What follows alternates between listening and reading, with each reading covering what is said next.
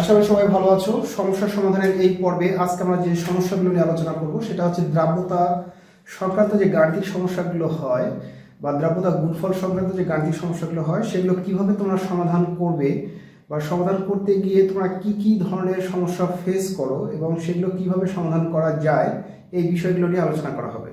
তো আলোচনা অত্যন্ত সংক্ষিপ্ত এবং কার্যকরভাবে করার চেষ্টা করা হবে। তো প্রথমে আমরা যে সমস্যা নিয়ে আলোচনা করব সেটা হচ্ছে তোমরা যখন দ্রাব্যতা সংক্রান্ত গাণিতিক সমস্যাগুলো যখন সমাধান করতে যাও তখন কোন কোন ধরনের সমস্যার সম্মুখীন হও সেই বিষয়টা একটু আলোচনা করি। সেটা হচ্ছে তোমরা বুঝতে পারো না যে দ্রবণটা সম্পৃক্ত কিনা, আর দ্বিতীয় কথা হচ্ছে যে ওই দ্রবণটাকে সম্পৃক্ত করতে গেলে কি পরিমাণ দ্রব্য যোগ করতে হবে, কেন যোগ করতে হবে, এই বিষয়টা সম্পর্কে তোমাদের একটা অস্পষ্ট ধারণা থাকে। তো সম্পৃক্ত দ্রবণ জানার আগে আমরা একটু দেখে নিই যে দ্রবণ কাকে বলে। তো দ্রবণের সংজ্ঞায় বলা হচ্ছে যে দুই বা ততোধিক পদার্থের সমসত্ব মিশ্রণকেই দ্রবণ বলে। সমসত্ব মিশ্রণ বলতে বোঝায় যে মিশ্রণটা এমন হবে যে মিশ্রণের প্রতিটি অংশে দ্রব্য এবং দ্রাবকের যে পরিমাণ বা অনুপাত সেটা সবসময় ধ্রুব থাকবে। আমরা একটু দেখি দ্রব্য এবং দ্রাবক কাকে বলে। তো দ্রব্য এবং দ্রাবকের সংজ্ঞায় বলা হচ্ছে এভাবে যে এই যে এখানে যেমনটা বলা হচ্ছে যে দুই বা ততোধিক পদার্থের সমসত্ব মিশ্রণকেই দ্রবণ বলে। তো এই যে দুই বা ততোধিক পদার্থ যেখানে মিশ্রিত করা হচ্ছে তার মধ্যে আমরা বলতে পারি এভাবে যেটা বেশি পরিমাণে থাকবে সেটা হচ্ছে আমাদের দ্রাবক, আর যেটা কম পরিমাণে থাকবে সেটাকে আমরা বলবো দ্রব। তাহলে দ্রবণের মধ্যে যে উপাদানটা বেশি পরিমাণে থাকে সেটাকে আমরা বলবো দ্রাবক, আর যেটা কম পরিমাণে থাকবে সেটাকে আমরা দ্রব বলবো। এখন দ্রাবকের মধ্যে দ্রব্য যোগ করে যখন শরবত তৈরি করা হয় তখন একটা বিষয় খেয়াল করে দেখো, এরকম একটা অবস্থা সৃষ্টি হয়। সেটা হচ্ছে যে মনে করা যাক এখানে একটা পাত্র আছে, এখানে কিছু দ্রাবক আছে। মনে করা যাক যে দ্রাবক যে আমরা এখানে কিছু পানিকে নিলাম, দ্রাবক পানিকে নিলাম। এখন এইখানে আমরা কিছু দ্রব্য যোগ করে একটা আমরা দ্রবণ তৈরি করব। দ্রবণ তৈরি করব।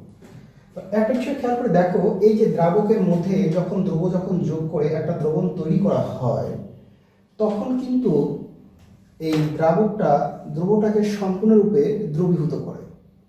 তবে দ্রাবকের এই দ্রবীভূত করার যে ক্ষমতা সেটা কিন্তু অসীম নয়। কেমন করে? মনে করা যাক যে এখানে কথার কথা ধরা যাক যে 100 গ্রাম পরিমাণ দ্রাবক আছে, অর্থাৎ পানি আছে। এখন এই 100 গ্রাম পরিমাণ পানির নির্দিষ্ট একটা পরিমাণ দ্রবকে দ্রবীভূত করার ক্ষমতা আছে। আমরা যদি এই দ্রাবকটার যে পরিমাণ দ্রবকে দ্রবীভূত করার ক্ষমতা থাকে তার চেয়ে বেশি পরিমাণ দ্রব্য যদি এখানে যোগ করি তাহলে কিন্তু এই দ্রাবক ওই অতিরিক্ত পরিমাণ দ্রব্যকে কিন্তু দ্রবীভূত করতে পারবে না।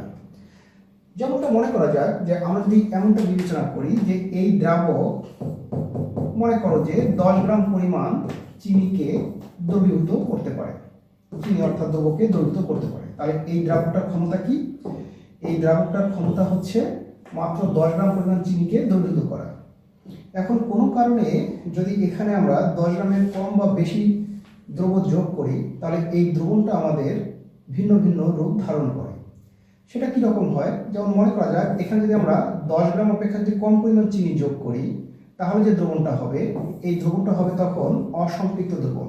অর্থাৎ এখানে যেভাবে লেখা হচ্ছে তাতে বোঝানো হচ্ছে যে 100 গ্রাম দ্রাবক তথা পানির 10 গ্রাম চিনিকে দ্রবীভূত করার ক্ষমতা আছে।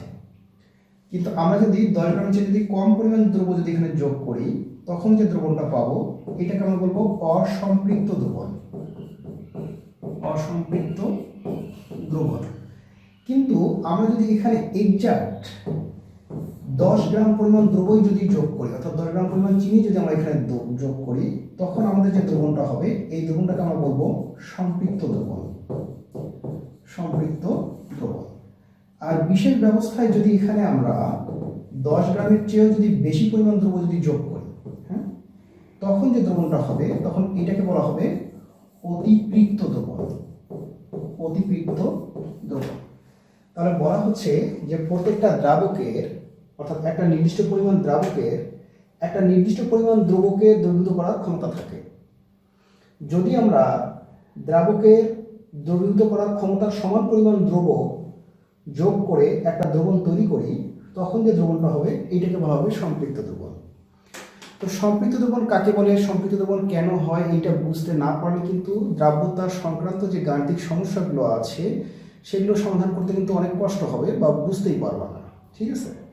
তাহলে আমরা এটিকে আর একটু জেনারেল সেন্সে এভাবে বলতে পারি যে একটা দ্রাবককে দ্রবণ যোগ করার ফলে যদি সম্পৃক্ত দ্রবণ তৈরি হয়, তাহলে ওই দ্রবণটা এমন হয় যে ওই দ্রাবকের মধ্যে আর কোনো পরিমাণ দ্রব্য যোগ করলে সেটা দ্রবীভূত হবে না। অর্থাৎ অতিরিক্ত যে পরিমাণ দ্রব্যই তুমি যোগ করবা সেটাই নিচে কি হবে, তলা নিচে হয়তো পড়ে থাকবে। তার মানে হচ্ছে যে যখন একটা দ্রাবক তার দ্রবীভূত করার ক্ষমতার সমান পরিমাণ দ্রবকে ধারণ করে, তখন এই যে দ্রবণটা যে উৎপন্ন হয় সেটি হচ্ছে সম্পৃক্ত দ্রবণ। তো এক্ষেত্রে একটা কথা বলে রাখা ভালো, সেটা হচ্ছে এরকম যে দ্রব সমান আমরা যে জিনিসটা লিখতে পারবো, দ্রবণ সমান আমরা লিখতে পারবো দ্রব প্লাস হচ্ছে দ্রাবক। তার মানে দ্রবণটা কিভাবে তৈরি হয়, দ্রবের পরিমাণ এবং দ্রাবকের পরিমাণ যোগ করলে কিন্তু দ্রবণ উৎপন্ন হয়। এখন আমরা কিছু গাণিতিক সমস্যা সমাধান করতে যাওয়ার আগে আমরা দ্রাব্যতা সংক্রান্ত একটু সংজ্ঞা একটু দেখে নিই, অর্থাৎ দ্রাব্যতা কাকে বলে। তো দ্রাব্যতাকে মোটামুটি তিনভাবে সংজ্ঞায়িত করা যেতে পারে। তার মধ্যে কোনটা কোন ধরনের সংজ্ঞা এটা নির্দিষ্ট করে দেওয়ার জন্য আমি এদের একটু ভিন্ন রকমের একটু নাম দিচ্ছি, যেটা হয়তো বইয়ে দেওয়া নাই, জাস্ট তোমাদের বুঝতে পারলেই হলো। বুঝতে পারার জন্য এরকম নাম দেওয়া, সেটা হচ্ছে যে একটা দ্রাব্যতার সংজ্ঞা আছে এককবিহীন, এইটাকে আমি বলি যেটা হচ্ছে এককবিহীন দ্রাব্যতার সংজ্ঞা। দ্রাব্যতাকে আমরা মোটামুটি প্রথমত 1 ভাগ 2 ভাগ 3 ভাগে সংজ্ঞায়িত করব। তার মধ্যে প্রথম যেটা আমি দিলাম সেটাকে আমি নাম দিচ্ছি যে এককবিহীন সংজ্ঞা, এককবিহীন। আর দ্বিতীয় যে সংজ্ঞাটা দিব সেটা হচ্ছে গ্রাম পার লিটার এককের সংজ্ঞা দিব, আর তৃতীয় যে সংজ্ঞাটা দিব সেটা হচ্ছে মোল পার লিটার এককে। উল্লেখ্য যে দ্রাব্যতার এই সংজ্ঞাগুলো বুঝতে না পারলে কিন্তু দ্রাব্যতার গাণিতিক সমস্যাগুলো কেমন সেটা কিন্তু বুঝতে পারা যাবে না, ঠিক আছে? তো এককবিহীন সংজ্ঞাটা কেমন? এককবিহীন সংজ্ঞাটা হচ্ছে এরকম, মনে করি যে এখানে একটা পাত্র আছে, এই পাত্রের মধ্যে 100 গ্রাম পরিমাণ কোনো দ্রাবক আছে, সে পানি আছে। তাহলে আমরা একটু আগে বলেছি যে একটা নির্দিষ্ট পরিমাণ দ্রাবকের একটা নির্দিষ্ট পরিমাণ দ্রবকে দ্রবীভূত করার ক্ষমতা আছে। তা এই যে এখানে 100 গ্রাম যে পানি আছে, এই 100 গ্রাম পানির ক্ষমতা যদি এরকম হয় যে এটা x গ্রাম পরিমাণ দ্রবকে দ্রবীভূত করতে পারে, করার ফলে যে দ্রবণটা উৎপন্ন হয় সেটা একটা সম্পৃক্ত দ্রবণ হয়, সম্পৃক্ত দ্রবণ উৎপন্ন হয়। তখন এই যে x পরিমাণটা যা আছে, অর্থাৎ দ্রবের যে পরিমাণটা আছে, এটাকেই তার দ্রাব্যতা বলা হবে। তাহলে সংজ্ঞাটা কেমন হচ্ছে?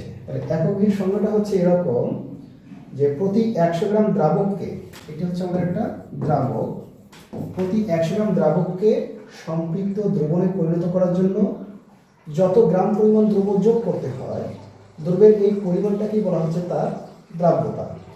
যেমন এখানে দেখানো হচ্ছে যে 100 গ্রাম দ্রাবককে সম্পৃক্ত দ্রবণে পরিণত করার জন্য x গ্রাম পরিমাণ দ্রব্য যোগ করতে হচ্ছে। সুতরাং এই অবস্থায় এই দ্রব্যটার দ্রাব্যতা হচ্ছে x। এটা কেন এককবিহীন হলো সেটা আমরা একটু পরে দেখব। আমরা আর নির্দিষ্ট করে আর একটা উদাহরণ দেখি। মনে করা যাক বলা হচ্ছে যে সোডিয়াম ক্লোরাইড এর দ্রাব্যতা 36.5। এত বলতে আমরা কি বুঝি? তো সোডিয়াম ক্লোরাইডের দ্রাব্যতা 36.5 বলতে বুঝাবে যে আমরা যদি এইরকম যদি 100 গ্রাম দ্রাবক নিই, 100 গ্রাম দ্রাবক বিশেষত পানি আর কি, হ্যাঁ, 100 গ্রাম পরিমাণ যদি আমরা পানি নেই, নেওয়ার পর এখানে যদি আমরা একটা সম্পৃক্ত দ্রবণ তৈরি করতে চাই, দ্রবণটা কেমন হবে? অবশ্যই কিন্তু সম্পৃক্ত দ্রবণ হবে। তাহলে এই 100 গ্রাম দ্রাবককে সম্পৃক্ত দ্রবণে পরিণত করার জন্য আমাদেরকে অবশ্যই এই সোডিয়াম ক্লোরাইডের 36.5 গ্রাম পরিমাণ যোগ করতে হবে। তার মানে 36.5 গ্রামের কম পরিমাণ সোডিয়াম ক্লোরাইড যদি আমরা এখানে যোগ করি, তাহলে এটা সম্পৃক্ত হবে না, তখন হবে অসম্পৃক্ত দ্রবণ হবে। আবার যদি বিশেষ ব্যবস্থায় আমরা যদি 36.5 এর চেয়ে বেশি পরিমাণ দ্রবকে যদি এখানে যদি দ্রবীভূত করে দ্রবণটা তৈরি করি, তখন এই দ্রবণটা হবে একটা অতিপৃক্ত দ্রবণ। কিন্তু এক্সাক্ট যদি আমরা 36.5 গ্রাম পরিমাণ দ্রব যদি এখানে আমরা যোগ করি এই 100 গ্রাম দ্রাবকের মধ্যে, তাহলে যে দ্রবণটা হবে সেটা হবে সম্পৃক্ত দ্রবণ। তার মানে হচ্ছে যে প্রতি 100 গ্রাম দ্রাবককে সম্পৃক্ত দ্রবণে পরিণত করার জন্য যত গ্রাম পরিমাণ দ্রব যোগ করতে হয়, দ্রবের সেই পরিমাণটাই তার দ্রাব্যতা নির্দেশ করে। সোডিয়াম ক্লোরাইড দ্রাবকতা 36.5 বলতে বোঝাচ্ছে আমরা যদি 100 গ্রাম পানিকে অর্থাৎ দ্রাবককে সম্পৃক্ত দ্রবণে পরিণত করতে চাই তাহলে আমাদেরকে 36.5 গ্রাম পরিমাণ সোডিয়াম ক্লোরাইড যোগ করতে হবে। তো আশা করি তোমরা বিষয়টা বুঝতে পেরেছো যে এই এককবিহীন সংখ্যা অনুযায়ী দ্রাব্যতার সংখ্যাটা কেমন হলো। এখানে কয়েকটা বিষয় একটু মাথায় রাখতে হবে।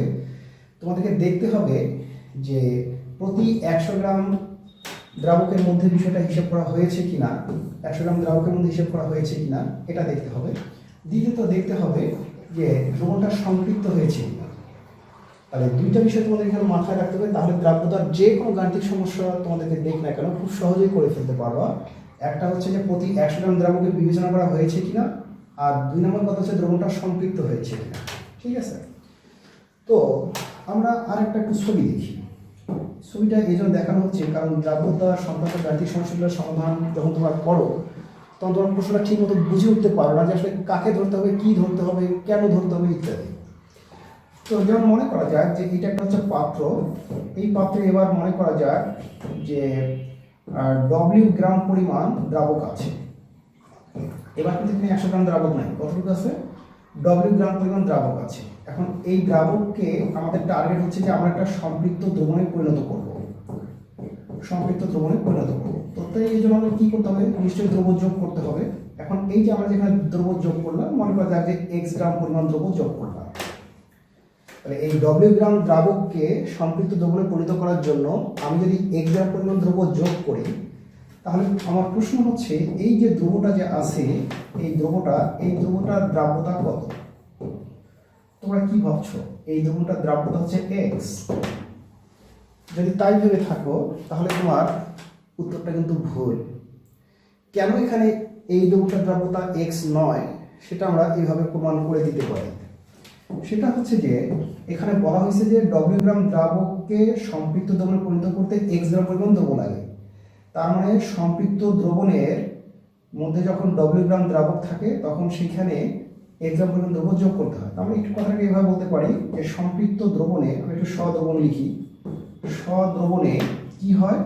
সদ্রবণের অর্থাৎ সম্পৃক্ত দ্রবণের W গ্রাম দ্রাবকের মধ্যে দ্রাবকে বিদ্যমান দ্রব্য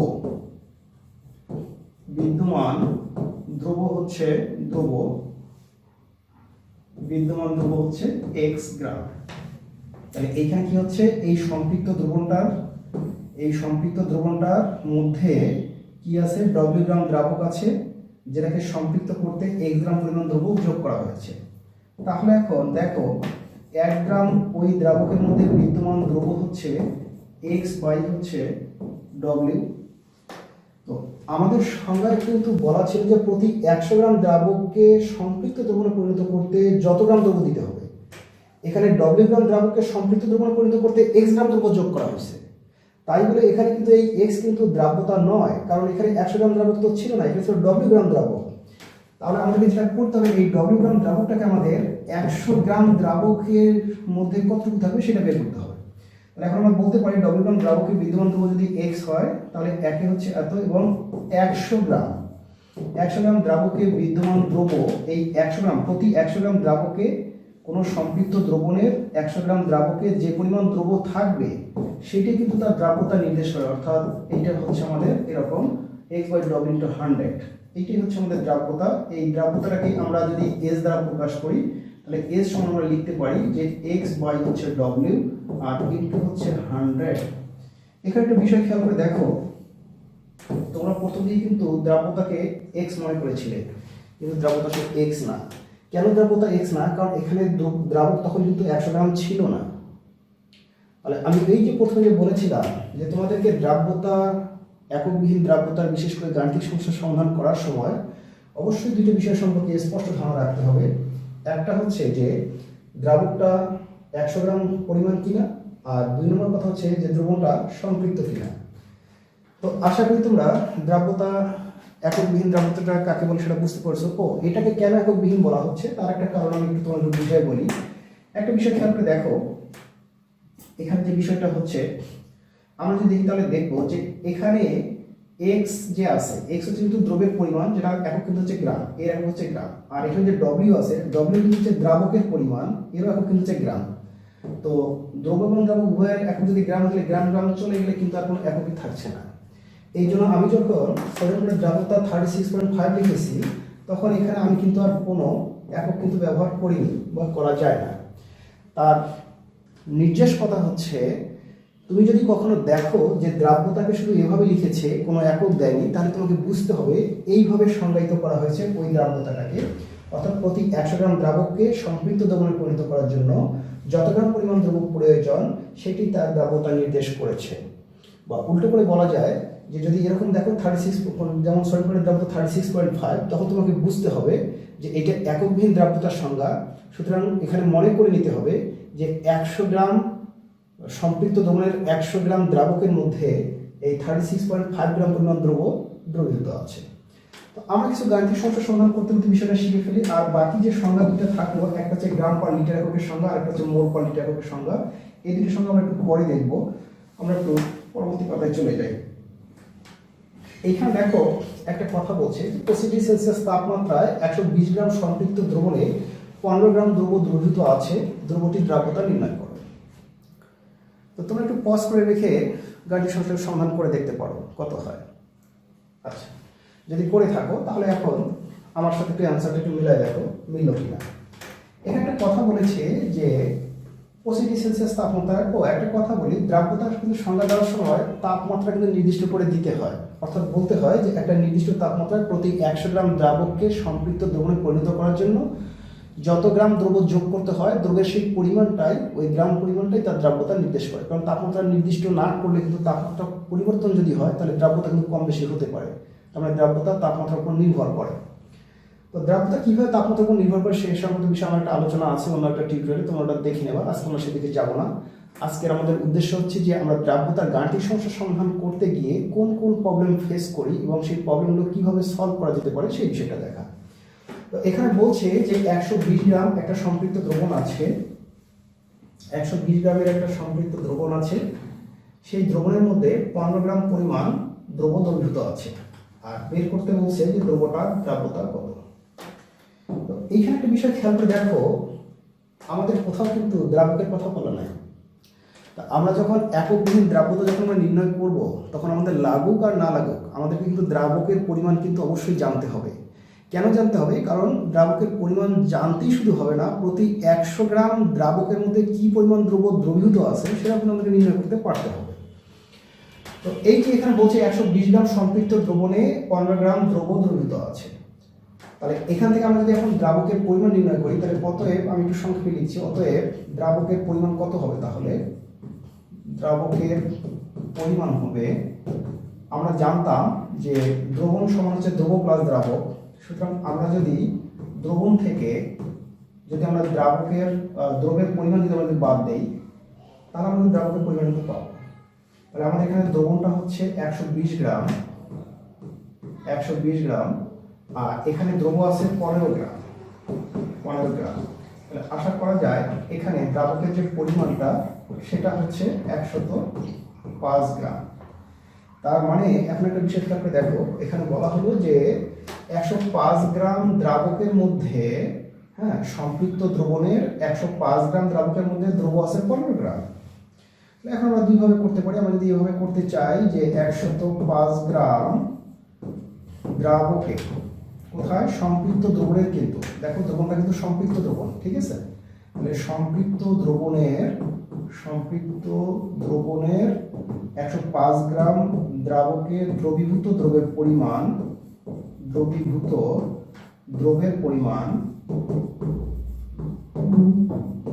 কতটুকু হচ্ছে? 15 গ্রাম। এটা হচ্ছে আমাদের 15 গ্রাম, ঠিক আছে? 15 গ্রাম। তাহলে 1 গ্রাম দ্রাবকে দ্রবীভূত দ্রব্যের পরিমাণ হচ্ছে আমাদের 15 বাই হচ্ছে 105 গ্রাম, বা এখানে একটা আমরা নাম দিতে পারি। আর আমরা বলতে পারি যে আমাদের সংজ্ঞায় যেহেতু বলছে প্রতি 100 গ্রাম দ্রাবকে কি পরিমাণ দ্রব্য দ্রবীভূত থাকবে সেটা তার দ্রাব্যতা নির্দেশ করে। এই জন্য 100 গ্রাম দ্রাবকের মধ্যে দ্রব্যের পরিমাণটা হবে 15 গুণন হচ্ছে 100 আর ভাগ হচ্ছে 105, 14.2857, 14.28। এত এখানে কিন্তু আমরা একক লিখতে পারছি না। তো এই হচ্ছে এই প্রশ্নটার দ্রাব্যতা হিসেব নিকাশ। এখানে যে দ্রব্যটা ধরছে সেটা হচ্ছে তার দ্রাব্যতা হচ্ছে 14.28। তো তোমাদের যাদের অন্য মান বের হয়েছিল তারা কিন্তু বুঝতে পারছো নিশ্চয়ই সমস্যাটা কোথায়। সমস্যাটা হচ্ছে আমাদেরকে প্রতি 100 গ্রাম দ্রাবকের মধ্যে কি পরিমাণ দ্রব্য আছে সেইটা যেহেতু বাইর করতে হয়, সুতরাং এই সম্পৃক্ত দ্রবণের মধ্যে দ্রাবক কতটুকু আছে সেটা আমাদেরকে বের করতে হবে। আর এই দ্রাবকটা বের করার জন্য দ্রবণের মোট পরিমাণ থেকে দ্রব্যের পরিমাণটা আমাদের বাদ দিতে হয়েছে। আশা করি তোমরা বুঝেছো, খুবই এলিমেন্টারি টাইপের এটা একটা সমস্যা ছিল। আমরা এর চেয়ে আরেকটু অ্যাডভান্স সমস্যা একটু দেখি।